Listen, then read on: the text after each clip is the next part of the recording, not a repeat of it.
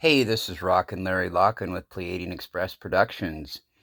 Hey, before I get into what I'm going to talk about here real quick, I want to encourage people to, well, it probably won't be released till tomorrow or the next day. I'm going to work on this later, and to me, it might be the most important talk I do as far as where we're at right now in society that I ever do.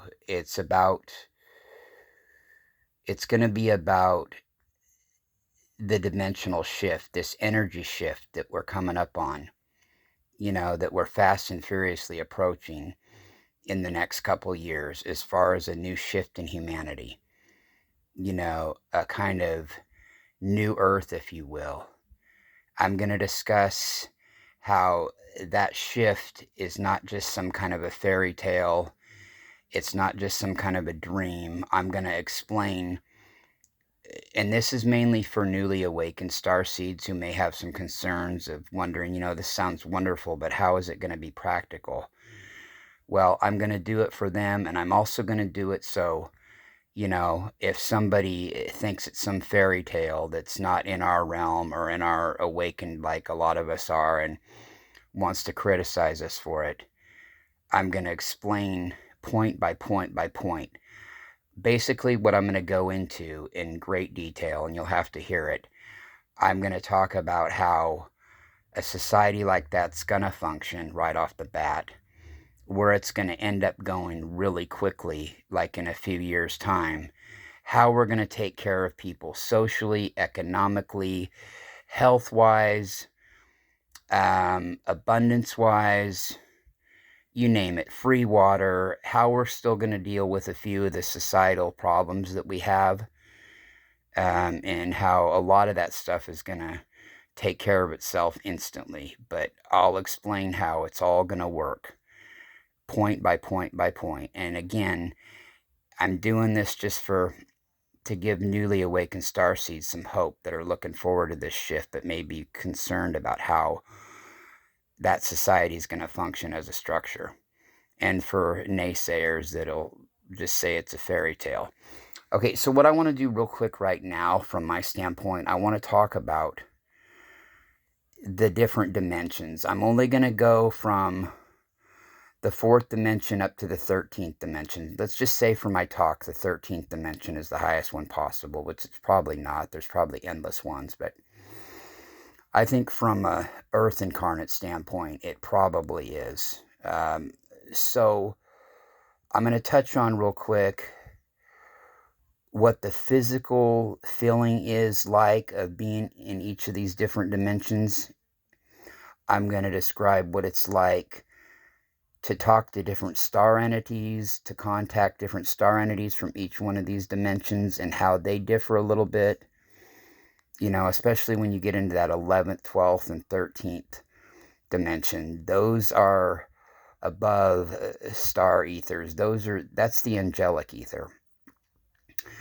There are a lot of starseed light workers here that, well, all of them, they operate and have, most of them have contacts out of one or a few of those dimensions. And yet there are a few that are completely in the angelic ether, and I'll explain as we go on, like the differences and stuff like that I've noticed. And I've probably, over a 12-year period, I've probably talked to, man, I bet you I've talked to 5,000 different star seeds. Okay, I probably talked to about 200 contactees, of various dimensions. I probably talked to about 20 people that are where they're at right now. They're completely locked and loaded in the 11th, 12th, and 13th angelic dimensions.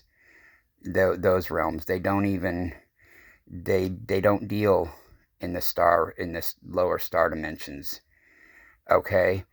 Now, all 20 of these people that I know that operate in those three dimensions solely, they're all females. Every single one of them. There is one exception. He knows who he is, and a lot of you that'll hear this, you'll know who I'm talking about. If you don't, message me. I'll let you know who he is, and I'll tell you who he is. Now, for his mission right now on Earth, this particular gentleman, the way I see him is he can tap into 12th and 13th dimensions in the angelic realms, and he can even go down a little bit into like the 7th and 8th, but he primarily functions for his life's work, and it's very important, his mission right now. I see him predominantly operating out of the 9th, 10th, and 11th dimension. The 9th and 10th star realm dimensions, which are the highest of the star realm dimensions, okay, you might say. But he's also completely, he operates too completely out of that 11th dimension. And if he wanted to, in an instant, he's that ascended. He could go ahead and he could be locked and loaded into the 11th dimension right now. And then it wouldn't take long for him. In fact, even though he's the only male that I've ever ran into that has complete access to one of those angelic dimensions, he could get to the 13th real quick. He'd probably just, if he wanted to, he'd have a quick cup of coffee in the 12th, and he'd be locked and loaded into 13D. But that's later on. He'll get there. And even though he's the only male that I know that I see getting there completely, he's probably going to do it at a lot younger of an age than any of the other star sisters I know that are completely up there. Okay, because most of them in Earth years, in fact, I'd say all of them that I can think of are from the Earth age of 50 to 55 years old.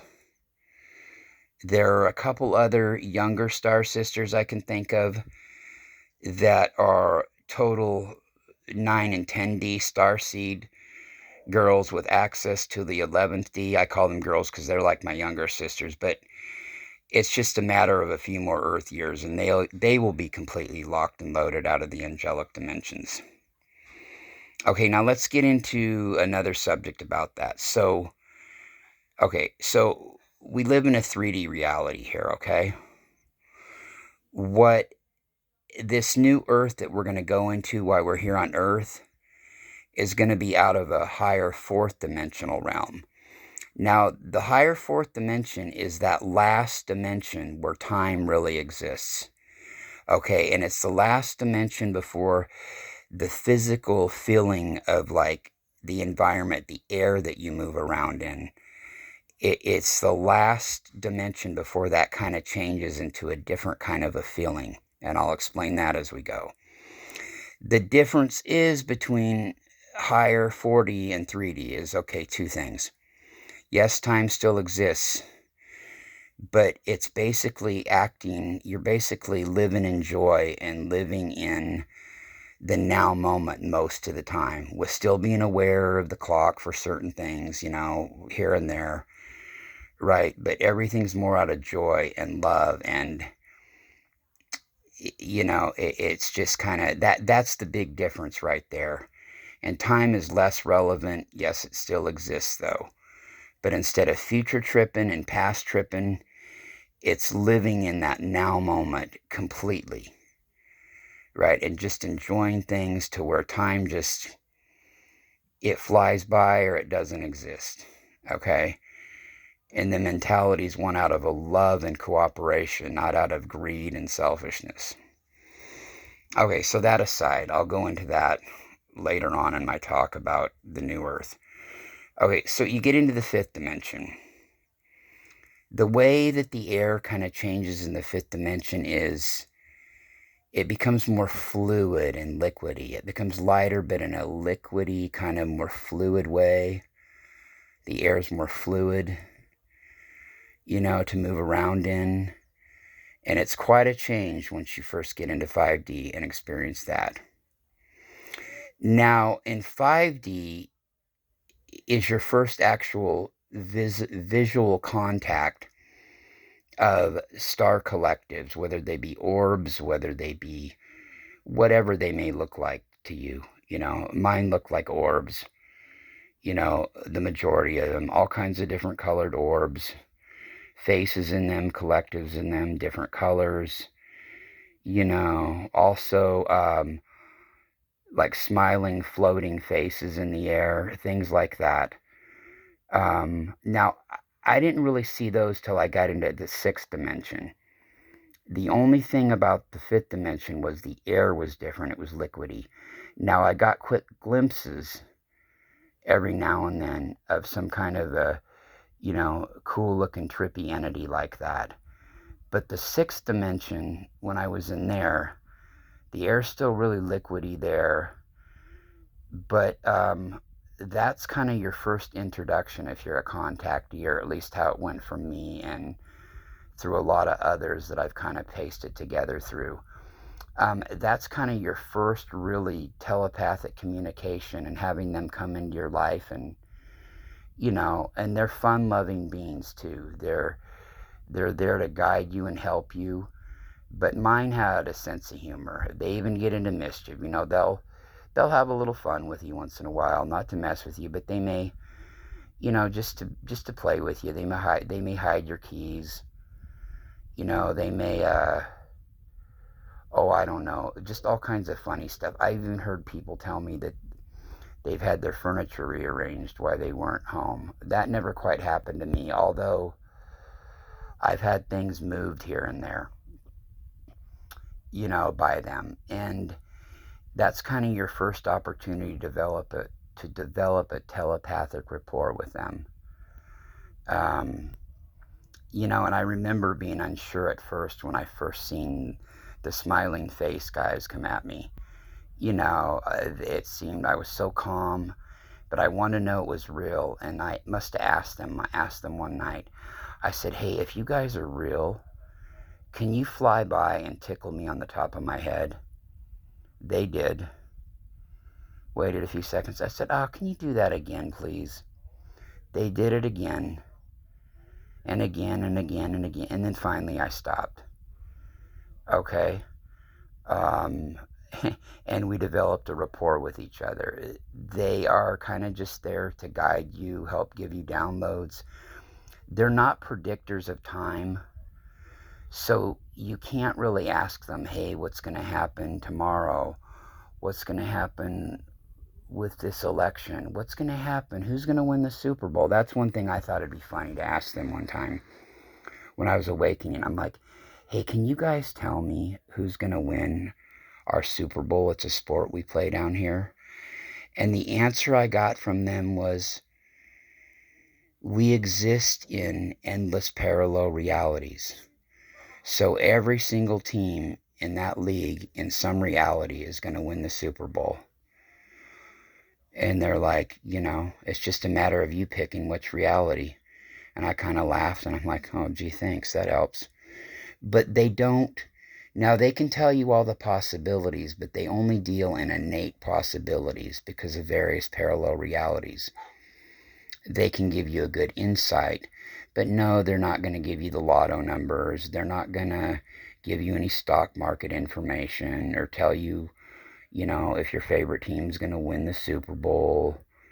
They're not going to. They don't get into that because it's all a reality in some realm. And that was a pretty easy concept for me to grasp. I pretty much knew that before I even talked to them. I was just I knew that's kind of where they would go. I knew they weren't going to tell me, "Hey, put $20 on the New England Patriots winning the Super Bowl this year and it's going to really pay off." No, they don't, not quite how it works.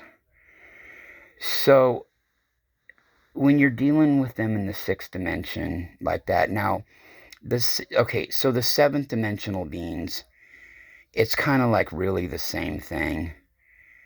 They are more, I guess the seventh dimensional beings, it's the same thing kind of. They're more, they take on more of a orb form though, versus just like liquidy faces and liquidy bodies that float by. They take on more of an orb form. So you'll get orbs of all kinds of beautiful colors. Some are rainbow, some were blue, some were green, some were pink, some were gold that I dealt with. Mainly purple too, indigo too. So, the green ones usually would come around to heal me. The blue ones would calm me. The rainbow colored ones would just kind of, do it all at the same time. The pink one was a complete love vibration, helping me with that scenario. Now, these orbs would all have those same kind of floaty faces I told you about.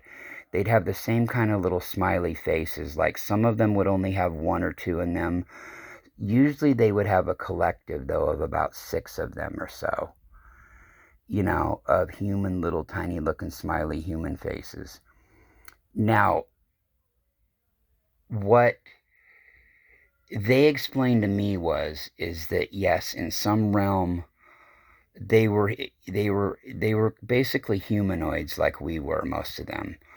Okay, and they even are on a lot of the lower dimensional star planets still, but even with them the density is so strong on Earth that they have to morph into those orbs to come down here and visit people that are awakened, because they can't just show up in a physical body. They can't handle the vibration here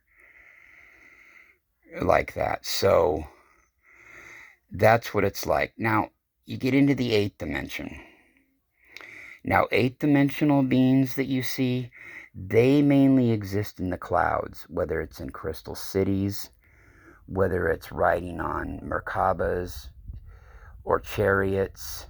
You might see like little, like weird animal shaped clouds floating around. A lot of times what those are is ascended beings from up there. They have a favorite animal they like, and they will use the replica of that animal to ride around in the sky on.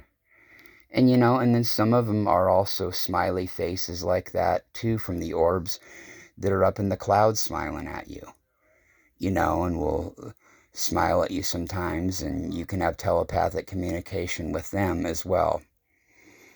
Now, here's where things change a little bit. The 8th dimensional beings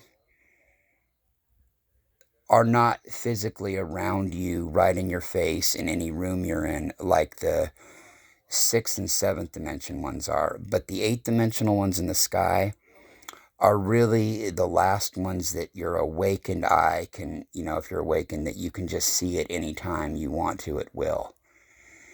When you're dealing with 9th and 10th dimensional star beings, they exist up in space, up in that ether, whether it's their own star, which is like a personal ascension vehicle, a Merkaba. You know what I mean? They exist as a star. They exist up in those realms. Okay, they exist like that. So you can't see them from an Earth visual unless you do it in trance, through deep meditation, or through a telepathic visual in your mind. And then, yes, of course, you can completely see what they look like and see them. And a little bit too, you can see you can see them in the sky as well, but only at nighttime on a clear night. Okay, you can't do it during the day. You can't see them. You can see them, especially the ones in the 9th dimension that are in Merkabas. And the way you know that's the case is they will blink all kinds of colors at you, sometimes come down and even get close to you. And they will move around in circles. And this is how I spent several years watching them every night and having telepathic communications with these guys at night. The way that you know that they're real, you may be honed in on one of them, a personal ascension being in his personal ascension vehicle, And I would ask them, I said, okay, how about this? If I'm really seeing you and you're trying to communicate with me, how about you go around in a circle real slow and then go up and down? Well, I'd wait for a second and they'd do it. And then I'd say, hey, why don't you do it again, but go the other way? They would do it. You know, for a long time, I'd put them through this about 10 times. Okay. And a couple of times, they even flew down close towards me, made a quick contact with me, and then kind of went back up into the sky, because I could sense that they realized it was a bit much for me to handle them getting that close. And so they didn't want to freak me out, and they took off. All right. So I saw tons of those. You know, I saw ships that would appear in front of me, stretched out like 150 feet, get a 5-second visual on them, and then they would cloak, like on Star Trek, and be gone, but you could see their remnants. You know, I've also seen them come down at night into plants, into trees, and you can see their faces in the trees and the bushes, right? They come down and at night, all the neighborhood cats would go over to this one part of the forest where there was lots of extraterrestrial things going on when I was first having my awakening from 2010 till about 2012, and in the next few years after that, when I was paying hardcore attention to it. Right? So you can see those ninth and 10th dimensional ones with the naked eye, but only at night, because you can see outer space. Now, when you get into the 11th dimension, you start to get into the angelic realms. Those three are the angelic realms. I believe there are endless higher dimensions, but from my knowledge and in just my opinion, about as ascended as you can be and still be in any kind of an earth body is a 13th dimensional contact. And like I said earlier, I've only known one guy that could be locked and loaded into the 11th dimension. He's a 9th, 10th, 11th dimensional guy because it serves what he's doing right now. Now, as far as these 20 ladies go that are in the 11th, 12th, and 13th dimension in the angelic realm solely, I'm going to say that, let's just say, for instance, probably about seven or eight of them are locked into the 11th dimension primarily. Another 7 or 8 are probably locked into that 12th dimension primarily. I've only known about 5, possibly at the most, maybe only 4 out of the thousands, out of the hundreds of Star Sister contactees I've met. I've probably only met about a total of 5 that I would say were completely just locked into that 13th dimension. You know, and they can fluctuate down a little bit. So probably only, it might even just be 3 or 4 that I know that don't go any lower. They're at a point where they just don't fluctuate any lower than that 13th dimension from their standpoint. And there's a difference in their kind of personalities. They're all loving. The star beings and the angelic beings, they're all loving. Star being incarnates are very ascended and serve a great purpose. They are still working on getting to that angelic realm. They have paid all their karmic debts, you know, if there is such a thing. But they still feel bad about maybe things that they have done in past lives and haven't forgiven themselves enough to get to that level completely. And it's funny because when you can get a 13th, 11th, 12th, or especially a 13th dimensional star sister, angelic sister to, you know, joke about something, it's kind of funny because they don't typically do it, it's not because they don't have great senses of humor. They're just, in an angelic way, they're strictly about business, and it's not because they're a stick in the mud or stuck up. They have no judgment. They have no judgment, and they're also very energetically grounded, okay? They are so grounded that if you need them to talk to you endlessly, they will, and it doesn't even faze them. You know what I mean? If you were annoying them, they'd be the first to lovingly, like a big sister, tell you to, calm down a little bit, back down, but they don't. They keep enough reserved, and they keep themselves grounded enough to where, things don't faze them if it's meant out of love. If it's not, they just won't deal with you. You know what I mean? You don't even exist to them because it's not relevant. They know you're there, but it's pointless. And it's kind of the same thing with joking with star beings as you go up the chain of the dimensions, and angelic beings. The angelic realm beings are like so above that. They're not stuck up, but they're so above that kind of thing. They're just, everything is almost completely just transactional mental download with them. They already know it all, and so there's no minutia or anything. These few that are in the 13th dimension solely that I know, they're some of the most lighthearted, unjudgmental people that I've ever ran into, but they're not going to go out there and just start telling a bunch of jokes or, engage in that kind of just any kind of lame 3D humor per se. They may in private laugh a little bit about something that annoys them, if you can get them to. But they don't, it's not like that. It's pure telepathic. And I would imagine that even in realms outside of the 13th dimension, that it gets to a point where it's just, there's nothing that could possibly need to be said. It's just everything's all known all at once. You know what I mean? It's just a complete, all-knowing, just effortless, but yet still learning and growing and understanding way of doing things. They're, you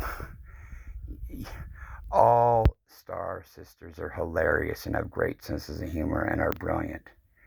So are the complete angelic ones, but they might just give you that look, like you might try to say something you think is funny, and they're not judging you, but they look at you like, you're a arithmetic student trying to tell a trigonometry professor an equation from arithmetic, so it's just kind of how they can come across, but it's only because of their ascended level, so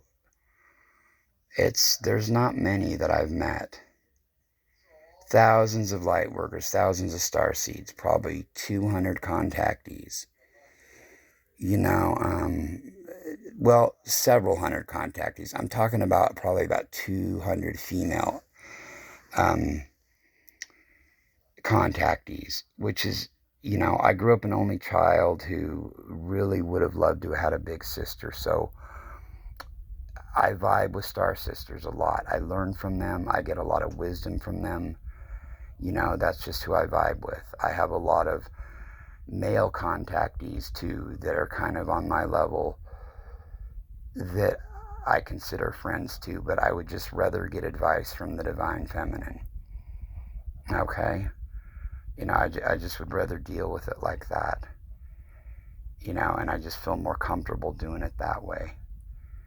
And so, but like I said, I've only ran into about 20 that are completely locked and loaded into one of those 3 angelic realms I mentioned. 3 or 4 probably completely locked into the 13th. Now, that's not to say these others that are ladies that are locked into the 11th or 12th, they do have access to fluctuate into the 13th, and they're close to getting there, most of them. They've just got a couple of like personal things that they're still unsure of about, that they're finishing taking care of business, because the majority of those ones I mentioned in the 12th dimension, they're about, they're like solving one little petty issue away from being locked completely into the 13th themselves, and so on. But like I said, I'll repeat this, and I'm sure there's others out there. I haven't ran into one. I may get a message saying, well, you should check out this guy or that guy.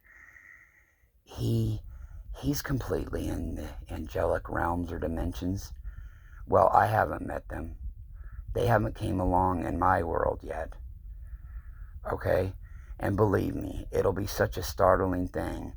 And I'm not saying it won't happen, but believe me, when it happens, I'll let everybody in the world that doesn't even want to know about it know about it. Okay? That's just how I am. That's how earth-shaking it will be when I meet another dude who's locked completely in. Like I said, I know of one, but because of what he does, he fluctuates between the 9th and 10th dimensions of the higher star realms and the 11th dimension. He's locked into all three of them because of what he does. But the moment he wants to just move on and be completely locked into the 11th, he will. Then it'll be a quick cup of coffee for him in the 12th. Then it'll be on to the 13th. I mean, he's already got access. Like if he needs to for a mission he's doing, he can temporarily lock himself into that 12th or 13th dimension. I've seen him do it before. I've seen him do it with certain things. His stuff is all brilliant and all completely of a clear, pure energy. It just fluctuates between the 9th and the 11th typically, and more so, more and more on a frequent basis, 12th and 13th dimensional stuff. It's starting to really pick up for him, to where it won't be long before, really, because of his evolution, the 10th dimension will be probably the lowest he comes from during any particular talk that he's got to give. So yeah, and he knows who he is. He's the only male star brother that I would put in that category. Yet the ironic thing is he'll probably get to that 13th completely before any of the ladies did, or before any of them there that are at their age they are now currently in Earth terms. I hope this made some sense. I get all over the place because I'm still not completely grounded. I'm a star being that myself, the 10th dimension is really the highest I go. I fluctuate, from 6 a little tiny bit now and then, up to that 10th D. Now, yes, I have had a cup of coffee and I have paid a visit to the 11th dimension, peeked into the 12th, tried to take a look into the 13th. I got a glimpse of it one time. It was inviting. It was the most gorgeous thing I'd ever seen. It was nothing but crystals, which they all are up in that realm. But it was really more vibrant, translucent colors. Everything was so detailed, so beautiful, so crystallized and perfect that, I wasn't ready to be completely that calm yet. You know what I mean? I've still got some work on myself to do with self-esteem issues and a little bit of growth in myself to do before, I move on to that level. So, maybe it won't even be in this lifetime where I'm completely locked into one of those dimensions, and that's okay. Hell, I'm a star man. I'm a cool star man, I embrace the few hang-ups I still have. And yet I love having sisters that are more ascended than I am, that, are very loving towards me and always giving me advice and always listen to my rambling bullshit, that, like, this video takes about, I don't know, I've been going on for over a half hour now about this. It would have taken any of them about 5 minutes to say what I've just told all of you right now. And in a very articulate manner. They would be grounded. They wouldn't be stuttering their words because they weren't excited. I'm just really excited. It's been quite a night for me, especially. I'm going to really ground myself, though, and calm down before I release this next one that's going to talk about how we're going to live in society after the shift and how that's going to function. So this has been Rockin' Larry Lock-In.